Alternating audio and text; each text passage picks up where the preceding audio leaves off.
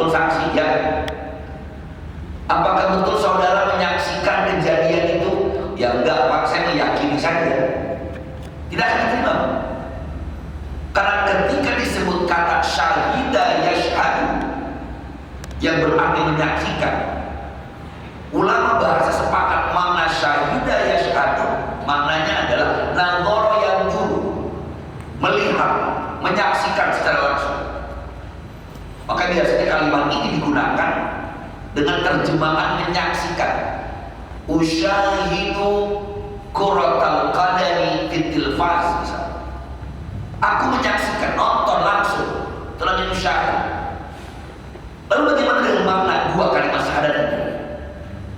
Inilah makna akidah penting dalam tauhid, bahwa makna asyhadu alla ilaha illallah bukanlah asyhadu bil ain, tapi makna asyhadu alla ilaha illallah ay a'taqidu bi alla ilaha mawjudun illallah.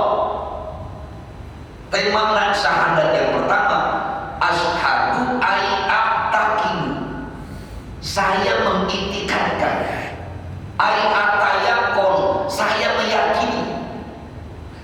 Sebab kalau sudah mengiktikankan, sudah meyakini, maka tidak butuh lagi visualisasi, tidak butuh lagi saya melihat, tidak butuh lagi saya menyaksikan, tidak. Karena a'taqidu, menyaksikan. Ini penting. Sebab kalau kita mengatakan mana asyhadu, saya bersaksi, sejak kapan kita pernah melihat Allah? Ada yang pernah melihat Allah? Tidak. Karena memang Allah disebutkan dalam Al-Quran, wujuhu yawma idzin nadhirah, zatnya Allah. Bahkan kalaupun diterjemahkan dengan wajahnya Allah, nanti perbedaan di dalam para ulama tauhid, itu akan kita lihat nanti di surga, tidak di alam dunia. Maka ketika kita meyakini bahwa tidak ada Tuhan melainkan Allah, bukanlah dengan bukti panca indera kita, bukan dengan bukti visualisasi kita, tidak sama sekali. Begitu juga mana wa asyhadu anna Muhammadar Rasulullah, saya meyakini, saya beriktikad bahwa Nabi Muhammad adalah utusan Allah tanpa perlu kita hidup sezaman dengan beliau, Pak. Di antara kita sudah ada yang pernah ketemu Nabi, enggak sih?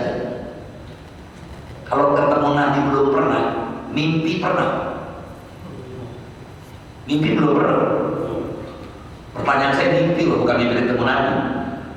Kalau mimpi ketemu Nabi aja belum pernah, bagaimana mungkin kita menyaksikan? Tapi disitulah makna iman, makna keyakinan. Jadi ketika kita bicara tauhid, sesungguhnya rahimahullah, ketika Islam memberikan aturan tentang al-asas, pondasi yang penting itu bicaranya adalah hati dan keyakinan. Tidak perlu ada visualisasi, tidak perlu ada kontak. Karena kalau kita kemudian meyakini bahwa keberadaan Tuhan harus dengan ketemu langsung dengan Allah, ini sama keyakinannya seperti kaumnya Nabi Allah Musa. Ketika mereka minta, ya Musa, kami akan beriman kalau kami ketemu sama Allah. Walaupun kenyataannya ketika mereka diajak ke Bukit Sinai pun, karena hati mereka tertutup, mereka tetap tidak beriman. Jadi mana dua kalimat syahadat, asyhadu an la ilaha illallah wa asyhadu anna Muhammadar Rasulullah. Karena itu tujuan dari ilmu tauhid sesungguhnya bukan menjadikan kita malah menganggap semua yang kita temui salah. Karena tujuan dari ilmu tauhid itu sesungguhnya yang paling asas adalah bagaimana membuat keyakinan kita bahwa tidak ada Tuhan yang layak disembah, tidak ada Tuhan yang memberi rezeki, tidak ada Tuhan yang mengatur kehidupan ini, tidak ada Tuhan yang menjadi skenario dalam kehidupan kita, illallah, kecuali Allah Subhanahu wa ta'ala. Maka saat kita belajar ilmu tauhid saat kecil sesungguhnya kita diajarkan untuk tidak malu mengatakan kata Allah. Walaupun hari ini banyak kita saksikan orang masih enggan menyebutkan kata Allah. Ketika ditanya Gimana Pak? Kira-kira urusan kita gimana nih? Ya gimana yang di atas saja lah. Dalam ilmu tauhid dikatakan untuk orang yang mempelajari tauhid, kenapa gak langsung mengatakan Allah? Gimana Allah saja? Maka pantas kalau orang-orang tua kita dulu, kalau kita ingin curhat, izin sesuatu, orang tua kita biasa dengan sederhana mengatakan, ya sudah Bismillah saja lah. Pak Ustaz, kita ini mau bangun rumah, dananya sederhana terbatas, Bismillah. Karena ini persoalan keyakinan. Bagaimana Nabi kita Muhammad SAW dalam sejarah dakwah beliau, kita lihat proses dakwahnya Nabi menyebarkan Islam itu kan 22 tahun, 2 bulan 22 hari. Kemudian kita membuat satu pembulanan bahwa dakwahnya Nabi 23 tahun. Dan selama 23 tahun di awal dakwah Nabi yang paling lama pada periode Makkiyah, sesungguhnya ada penguatan akidah, penguatan keyakinan lebih dulu. Maka rata-rata ayat yang berkaitan dengan tauhid itu adalah ayat-ayat dalam periode Makkiyah. Bismillahirrahmanirrahim. Qul huwallahu ahad, Allahus samad, lam yalid wa lam yulad wa lam yakul lahu kufuwan ahad. Katakan ya Muhammad, dialah Tuhan Allah yang esa. Semuanya pada periode penguatan keyakinan dulu. Sebab ketika keyakinan itu sudah mantap, keyakinan itu sudah kuat, maka bangunan yang lain, kalau tadi saya katakan Nabi menyebutnya dengan Islam dibangun atas 5 sendi. Kalau sendi yang pertamanya sudah mantap, syahadati alla ilaha illallah wa anna Muhammadar Rasulullah, sudah meyakini bahwa Tuhan yang layak disembah cuma Allah, Allah ma'buda illallah, tidak ada yang pantas disembah kecuali Allah. Maka rukun Islam yang kedua gak berat, sholat 5 waktu. Bagi mereka yang tidak yakin keberadaan dan wujudnya Allah, Pak, percayalah, orang akan enggan untuk sholat. Jadi ketika ada orang sholatnya semaunya dia, ini kan karena memang keyakinannya kepada Allah yang kurang. Termasuk bicara pahala, bicara pahala, janji-janji Allah dalam Al-Quran, ini persoalannya adalah yakin atau tidak. Kita meyakinkan orang. Misalnya hari ini kita sering mengatakan orang yang sholat berjamaah, pahalanya Nabi katakan bandingannya 27 derajat dibandingkan dengan sholat sendiri. Bapak pernah lihat 27 derajat? Tidak pernah. Jangan-jangan kita maunya pahalanya kelihatan langsung. Mungkin kalau Masjid Sofia mengumumkan, ayo kita duduk di majelis taklim yang pahalanya seperti haji mabrur, ini kurang laku, Pak. Gak pakai table gitu.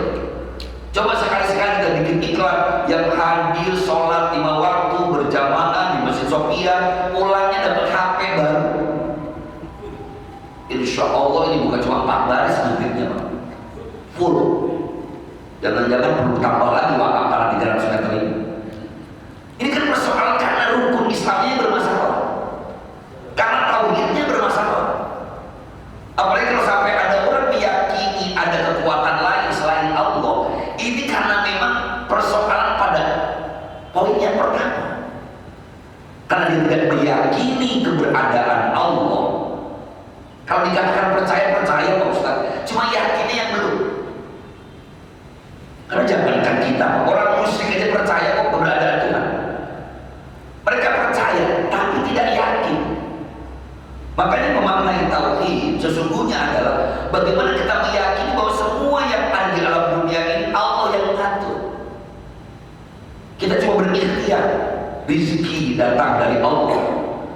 Sehingga orang ketika ada perintah sholat, bukan kalau sampai ke dalam Al-Quran, wa'bud rabbaka hatta ya'tiyakal yaqin, sembahlah Tuhanmu sampai datang kepada keyakinan. Nah kalau kita hanya nggak yakin, Apa iya sholat ini bisa menyelamatkan kita? Apalagi kalau ada orang berpikir bahwa sholat itu bikin kaya, itu repot. Saya kok sholat rajin tapi begini-gini aja ya. Emang sejak kapan Nabi janjikan sholat itu bikin kaya? Ini baru poin yang kedua, belum poin yang ketiga. Ini lagi-lagi muaranya kepada poin yang pertama, zakat. Zakat itu berat atau tidak? Kalau yang bilang dengan sombong, Pak. Ente beberapa ente Pak Ustaz. Kalau ente Basnas gak kesulitan dari zakat kita. Ini karena orang gak percaya. Bagaimana mungkin orang yang berzakat, apalagi ngomongin sedekah, saudara itu kan Nabi janjikan, bahkan Allah sebutkan dalam Al-Quran, man ja'a bil hasanati falahu asyru amsalihha. Siapa orang yang memberikan satu kebaikan, Allah balas dengan 10 kebaikan. Bahkan sudah diajarkan, kalau anda nggak punya uang, sedekah saja. Nah, siapa yang mau ganti? Kalau nggak ada keyakinan pada poin yang pertama tadi, tidak mungkin terjadi. Apalagi poin yang terakhir, ibadah haji hari ini. Maka banyak orang menghina ibadah kita karena kata mereka aneh. Bahkan viral di media sosial, ada orang yang dulu ngakunya ustaz, kemudian alhamdulillah mendai murtad. Dia bilang umat Islam itu aneh, katanya meyakini cuma keliling sebuah bangunan yang sebenarnya tidak ada apa-apanya. Bagaimana mungkin mereka sama-sama mencium sebuah batu yang sebenarnya tidak ada apa-apanya? Ini karena bermasalah dengan keyakinan tadi, Pak. Maka memahami ilmu tauhid, ketika para ulama mengawalinya dengan al-basmalah, bismillah, kita harus memulainya dengan menyebut nama Allah, nama yang memang alami, nama yang memang tidak bisa tergantikan dengan yang lainnya. Jadi nggak usah kita mengatakan Tuhan, Tuhan, karena kalau Tuhan terus dibaca berulang-ulang bukan Tuhan. Tuhan dibaca berulang-ulang jadi apa? Hantu. Kenapa nggak kita bilang Allah? Termasuk kadang-kadang kita masih malu mengatakan insya Allah. Lu kayak Ustaz aja insya Allah. Padahal itu meyakini bahwa tidak ada siapapun yang tahu apa yang akan terjadi 1 detik setelah kita ngomong ini, Pak. Maka sama ketika kita mengatakan insya Allah, jika Allah menghendaki besok datangnya insya Allah. Cuma kan ironisnya memang kalimat ini seringkali menjadi tameng kita. Ini gara-gara keyakinan akhirnya orang lama Allah dipermainkan. Sumpah demi Allah hanya supaya dagangannya laku. Padahal dalam ilmu tauhid, orang yang bersumpah selain nama Allah telah dianggap keluar dari agama Allah. Orang kalau sudah bersumpah atas nama Allah, berarti dia berani mengatakan ini pasti benar. Tapi sayangnya orang sekarang nggak takut, Pak. Ketika ditanya ini berapa harganya, Mas? 2 juta, Pak. Nggak bisa 1,5. Berlupa demi Allah, modalnya aja nggak dapat. Kalau ustaz yang nawar kan susah kalau demi Allah. Karena kalimat Allah yang luhur tadi. Sama dengan kalimat insya Allah. Seringkali kita menjadikan kalimat insya Allah untuk memaknai, tidak. Kita akan mengatakan besok hadir Pak ya, insya Allah. Tahu-tahu ditanya besoknya nggak datang. Loh, kemarin kok nggak datang? Kan saya udah undang. Kan saya udah bilang insya Allah. Maka awali dengan kalimat bismillah.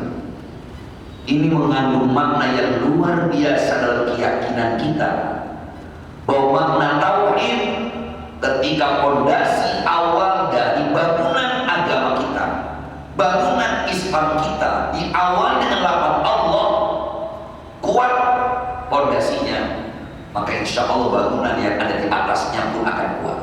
Ini makna bismillah. Maka para ulama selalu mengawali dengan lafaz itu. Yang kedua, lafaz Ar-Rahman dan lafaz Ar-Rahim. Para ulama mengawali kajiannya dengan lafaz Al-Basmalah karena memang Al-Quran mengajarkan kalimat sifat yang Allah sebutkan dalam firman-Nya dengan 2 sifat yang selalu berkali. Seringkali kalimat ini berangkai, walaupun ada kalanya tidak berangkai. Tapi luar biasanya, lafaz Ar-Rahman dan lafaz Ar-Rahim ini adalah sifat Allah atau juga nama-nama Allah. Kami yakini misalnya tauhidul asma wa sifat, kebersatuan antara nama dan sifat Allah yang tidak bisa dipisahkan. Atau kalaupun nama dan sifat kita bisa pisahkan, namun sifat tetap melekat kepada nama Allah. Allah perintahkan kita bahkan saat meminta, walillahil asmaul husna fad'uhu biha.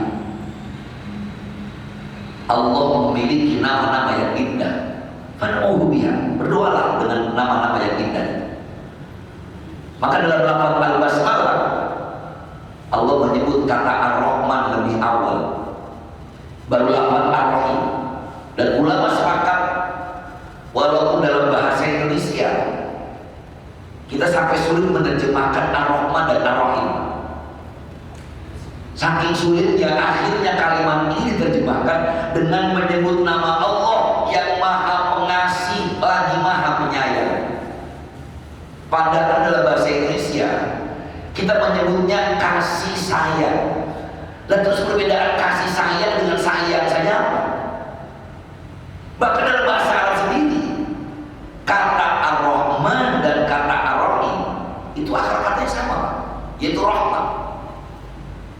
Maka kalau kita belajar gramatika bahasa Arab, kata Rahman dan Rahim kata kerjanya sama, yaitu kalimat Rahimah yarham, masdarnya rahmat. Di mana terjemahan kita akhirnya Bismillahirrahmanirrahim dengan menyebut nama Allah yang Maha Pengasih lagi Maha Penyayang. Memangnya kalau kita baca dengan menyebut nama Allah yang Maha Penyayang lagi Maha Pengasih, nggak boleh? Boleh tak? Kalau saya balik dengan menyebut nama Allah yang Maha Penyayang lagi Maha Pengasih, boleh? Secara bahasa tidak ada masalah. Bismillahirrahmanirrahim, kalau saya terjemahkan dengan menyebut nama Allah yang Maha Pengasih lagi Maha Penyayang, atau dengan menyebut nama Allah yang Maha Penyayang lagi Maha Pengasih, sama kan? Tapi ternyata ulama katakan tidak. Makanya lafaz Ar-Rahman harus ada di kalimat yang pertama. Gak boleh Bismillahirrahmanirrahim. Misalnya Ustaz kita jadi imam sekali-sekali lah baca basmalahnya tuker. Bismillahirrahmanirrahim. Bismillahirrahmanirrahim. Yang mana yang enak? Kayaknya dua-duanya enak. Cuma kayaknya kalau Bismillahirrahmanirrahim janggal di telinga kita. Ini karena memang kita lebih familiar Bismillahirrahmanirrahim. Karena memang ulama katakan mengawalinya dengan lafaz al-basmalah untuk meyakini tadi bagaimana fondasi awal yakin kita bahwa Allah itu punya sifat Ar-Rahman dan Ar-Rahim. Kalau untuk Ar-Rahman, Allah Subhanahu wa Ta'ala yang Maha Pengasih, yang memberikan rahmatnya. Sesungguhnya ulama katakan ini adalah kasih sayang Allah yang amun li jami'il khalqi. Ini sifat kasih sayang Allah yang umum, universal kepada seluruh makhluk di alam dunia. Mau dia beriman atau tidak, tetap dikasih fasilitas oksigen gratis, Pak. Mau dia beriman atau tidak, dia beribadah atau tidak, rizkinya tetap diberi oleh Allah Subhanahu wa Ta'ala. Ini makna Ar-Rahman.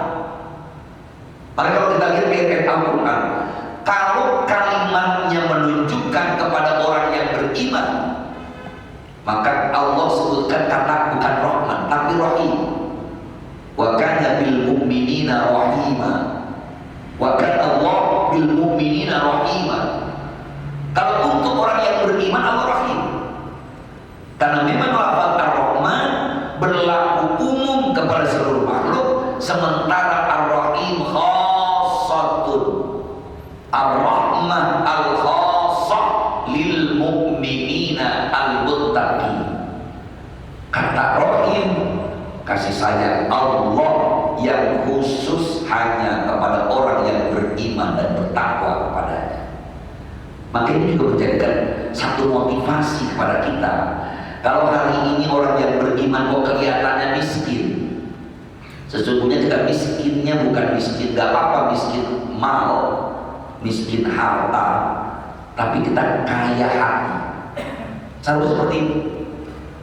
Bukankah Nabi katakan al-ghina ghina nafs, kaya itu harus kaya hati. Jadi kalau kemudian ada orang muslim, orang beriman, kok kelihatannya fakir di alam dunia, nggak ada masalah, karena ada rahmatnya Allah. Tapi kita yakin kelak ada rahimnya Allah Subhanahu wa Ta'ala, kasih sayangnya Allah Azza wa Jalla yang pasti akan diberikan kepada kita orang-orang yang beriman dan taat kepadanya. Maka muaranya orang yang memahami akidah dan tauhid ini, sesungguhnya kehidupannya gak akan pesimis, hidupnya optimis. Jadi kalau ada pertanyaan kenapa kita mau belajar ilmu tauhid, hakikatnya mengajarkan orang untuk hidup optimis. Optimis bahwa Allah gak bakal ninggalin kita. Apalagi dengan penyakit masyarakat, kondisi sosial yang hari ini, Pak, kita cukup miris ketika misalnya membaca di berita media sosial bagaimana orang yang sedikit-sedikit bunuh diri, alhamdulillah, solusinya membunuh dan seterusnya. Padahal kita tahu semua itu dosa besar. Ini karena mulainya kikisnya keimanan dan keyakinan seseorang bahwa Allah Azza wa Jalla tidak akan pernah mendolimi hambanya. Allah Subhanahu wa Ta'ala gak mungkin berbuat aniaya kepada hambanya. Allah sendiri yang menyebutkan itu. Ketika Allah gak bakal zalim kepada hambanya, ketika Allah gak bakal meninggalkan hambanya, maka pasti ada solusinya, Pak. Maka saya seringkali ulang-ulang dalam setiap kajian saya sebuah ungkapan keyakinan dari orang Jawa sebenarnya. Mereka selalu bilang Gusti Allah boten sare. Ini kan mana tahu ini sederhana sebenarnya. Kalau sudah meyakini Gusti Allah boten sare, kita baca setiap baca sholat kita, Allahu la ilaha illa huwal hayyul qayyum la ta'khudhuhu sinatun wa la naum. Yaitulah Allah yang tidak ada Tuhan melainkan Dia. Al-Hayyu Al-Qayyum, Allah yang maha hidup, Allah yang maha berdiri sendiri, gak butuh bantuan orang lain. La ta'khudhuhu sinatun wa la naumun, Allah yang gak pernah ngantuk, Allah gak pernah tidur. Artinya karena Allah gak pernah tidur, Allah akan terus mengawasi setiap hamba-hambanya. Ketika dia melakukan kebaikan, Allah pasti akan balas dengan kebaikan. Kalau ada orang mendolimi kita, Allah gak tidur kok. Atau mungkin kalau ditambah lagi dengan pepatah yang juga menjadi, walaupun bukan bahasa Arab, tapi ini keyakinan yang luar biasa. Sing becik ketitik, sing olo ketoro. Itu kan di Al-Quran ada, wa may ya'mal mithqala dzarratin khairan yara wa may ya'mal mithqala dzarratin syarran yara. In khairan fa khairun, in syarran fa syarrun. Maka insyaallah malam hari ini kita memulai dengan lafaz bismillah, dengan menyebut nama Allah untuk memantapkan keyakinan kita bahwa hidup kita di alam dunia yang diatur oleh Allah. Jika kita mengikuti aturan Allah, maka sudah barang tentu pasti Allah akan memberikan kita sesuatu yang terbaik. Hadirin hadirat yang dimuliakan Allah Subhanahu wa Ta'ala, demikianlah sekedar mukadimah saya tentang kajian kita di kesempatan malam hari ini. Mudah-mudahan ke depan kita bisa bahas lagi, dan saya berharap kita bisa memahami perbedaan-perbedaan dalam kajian-kajian ilmu tauhid dengan bijak tentunya. Karena memang harus kita akui, bukan cuma fikih yang ada ikhtilaf di dalamnya, tetapi juga tauhid. Selama kita tidak mengkafirkan sesama muslim, Karena konsepnya adalah selama dia meyakini Allah ilaha illallah wa anna Muhammadar Rasulullah, meyakini tidak ada Tuhan melainkan Allah, Nabi Muhammad adalah utusan Allah, mereka masih dalam koridor yang sama, yaitu saudara kita sesama muslim. Selanjutnya tentu saja mungkin ada hal-hal yang ingin didiskusikan atau ditanyakan, mudah-mudahan bisa menjadi manfaat kepada yang lainnya. Dari saya cukup. Terima kasih dan mohon maaf. Hadanallahu wa iyyakum ajma'in. Wassalamualaikum warahmatullahi wabarakatuh. Waalaikumsalam warahmatullahi wabarakatuh. Ya, alhamdulillah masih ada